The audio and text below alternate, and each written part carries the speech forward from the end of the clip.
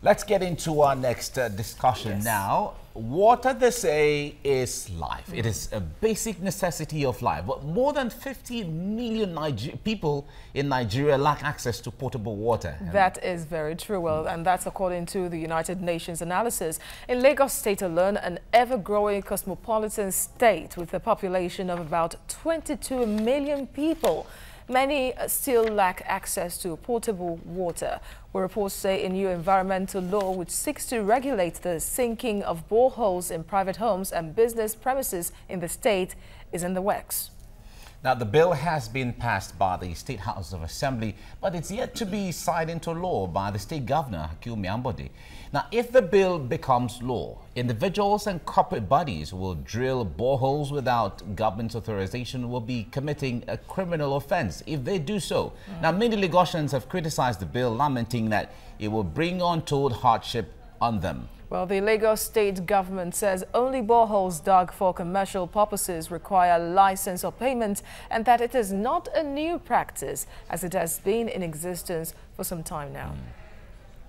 Of course, that is some of the questions we'll get clarification on at this time as we have the Executive Secretary of the Lagos State Water Regulatory Commission, Architect Ahmed Abdullahi, in the studio with us. Good morning and thank you for joining us on TVC Breakfast. Good morning.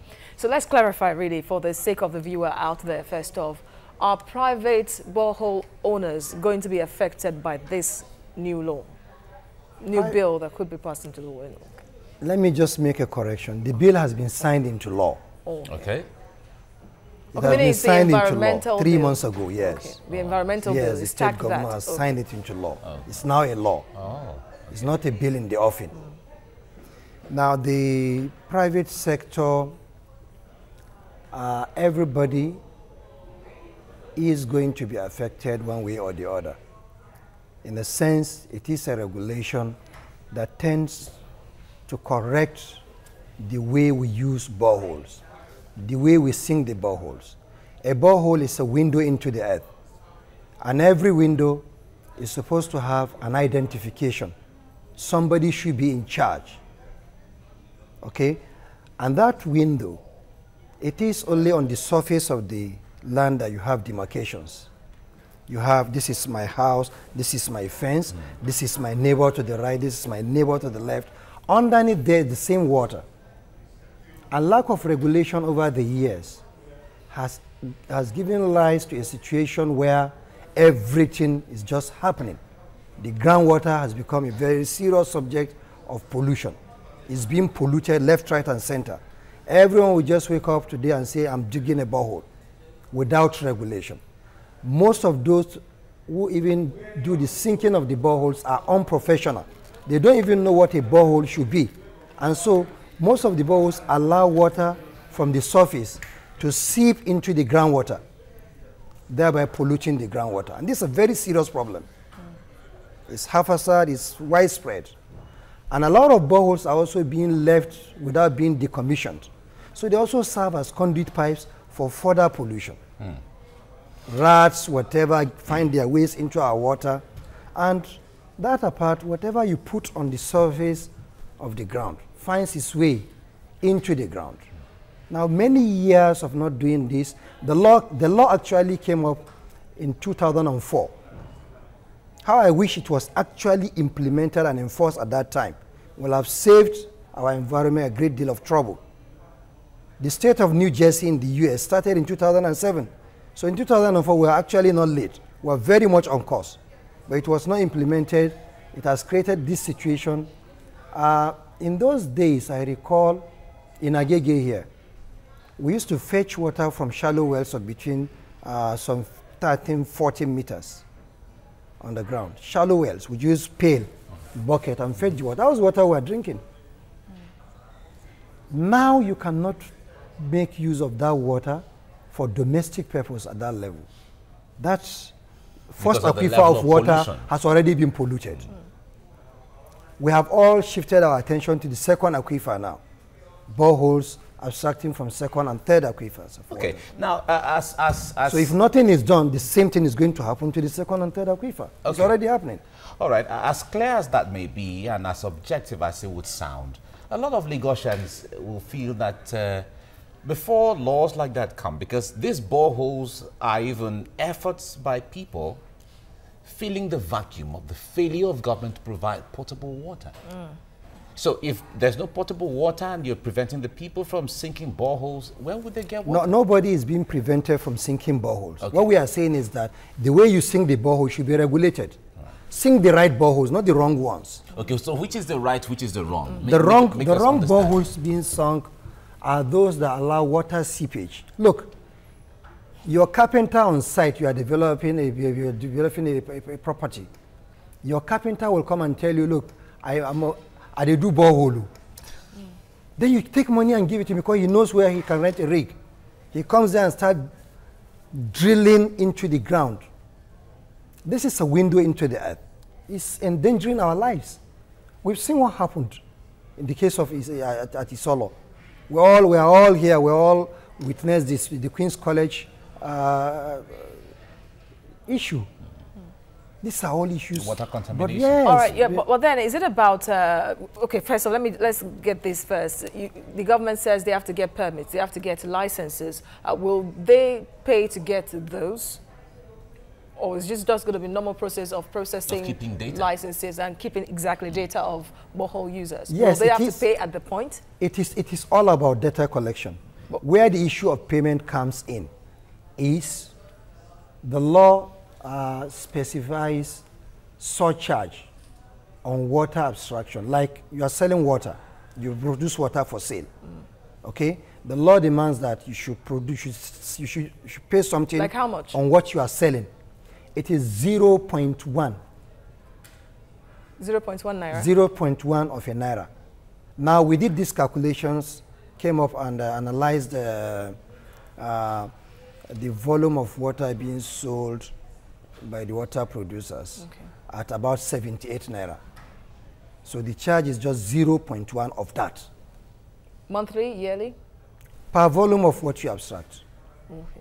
And that is for those who carry out commercial water sales. Essentially for domestic use, you are allowed 10 meter cube with no charge, with no such charges. Okay. 10 meter cube is the equivalent of 50 borodomes, 50 drums.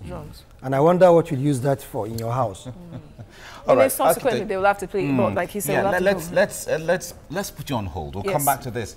Let's go on a break and then we come back to dwell more on this. This topic is of great interest to a lot of people when it comes to water, because water is life, like they say. Stay with us on TVC Breakfast.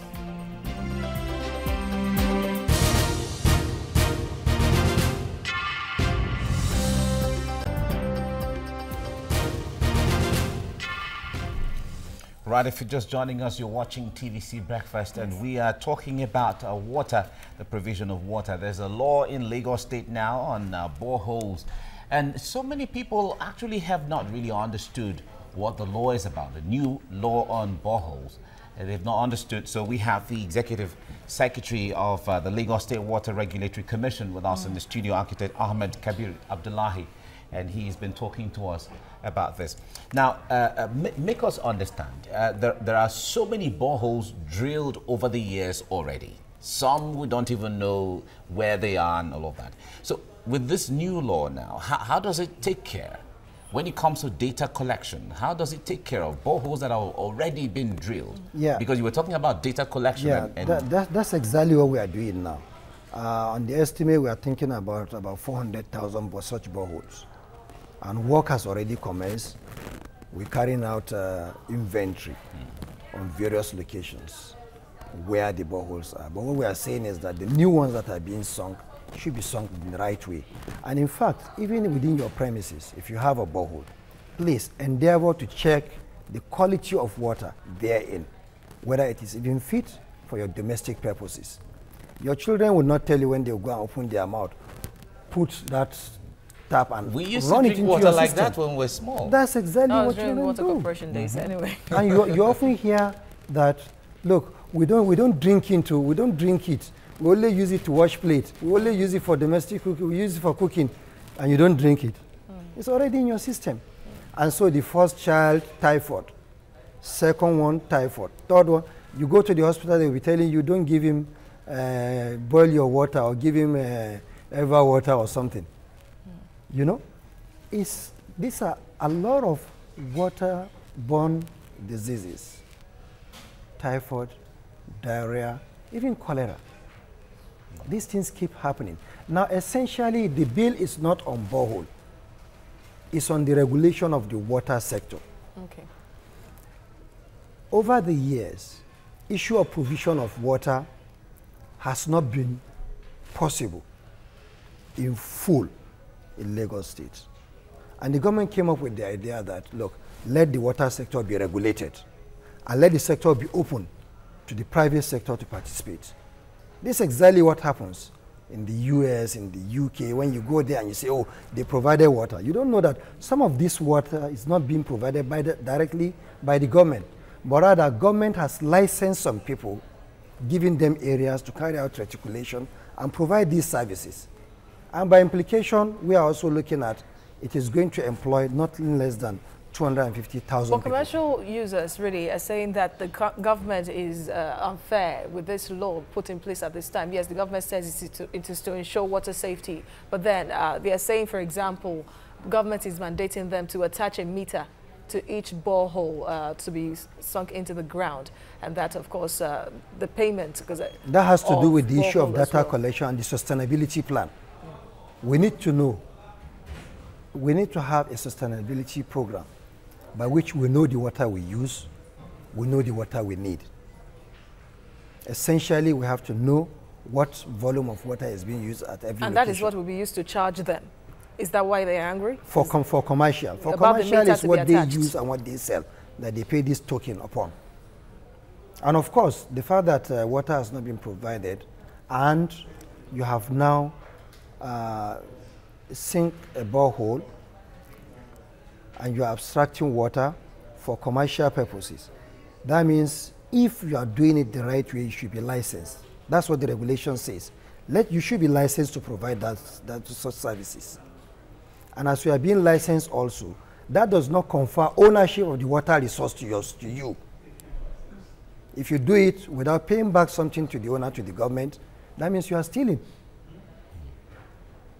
So, yes, feel free, you'll be licensed to carry out this activity, but you have to do it in conformity with the laid down standards.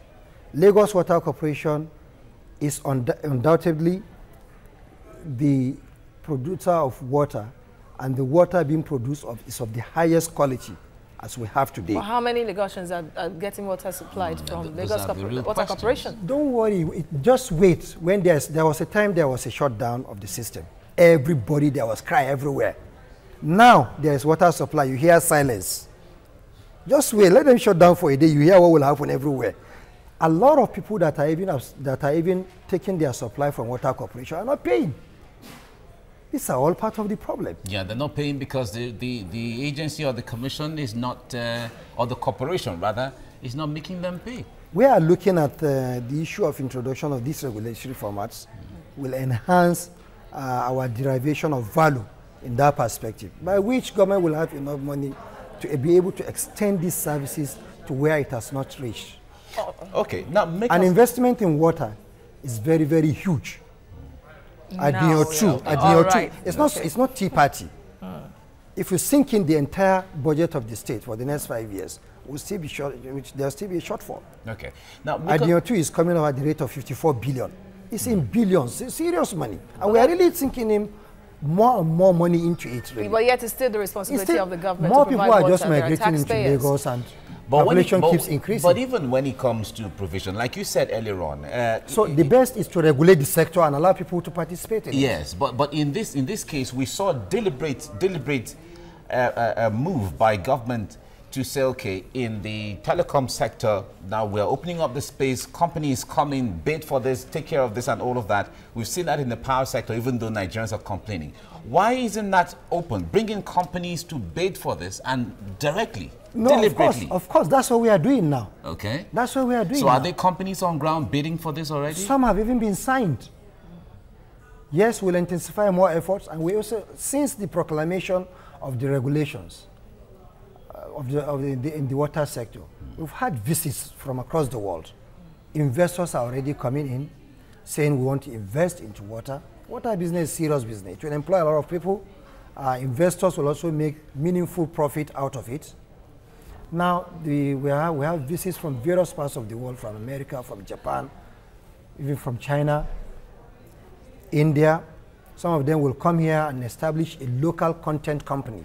All right. To carry out such because of time, activities. I want to ask you quickly. A reporter, of course, a Nigerian reporter, recently, like a few weeks ago or a month ago, took some samples of sachet water to laboratory and tested them. And then she discovered that all of them had lead, had so many antibodies inside. But from what you've been saying so far, it seems it's all about regulating the what commercial users, getting them licensed and getting them to pay. But what about the safety aspect of it? Testing what they are giving out every time and regulating them, naming and shaming those that are somehow poisoning Lagosians and Nigerians. Exactly, that's the issue. That's the essence of the regulation. Water is being produced for sale. Substandard water being circulated for sale. Last year alone, we carried out enforcement on over 200 locations of such. And we got along with them to develop. Some of them can actually be corrected through certain methods, while some, where there's outright pollution of the water from the water source, we decommission such boreholes. I have seen we discovered a particular borehole that was sunk through a sockaway. Yes. Very unfortunate. The landlord sold the property.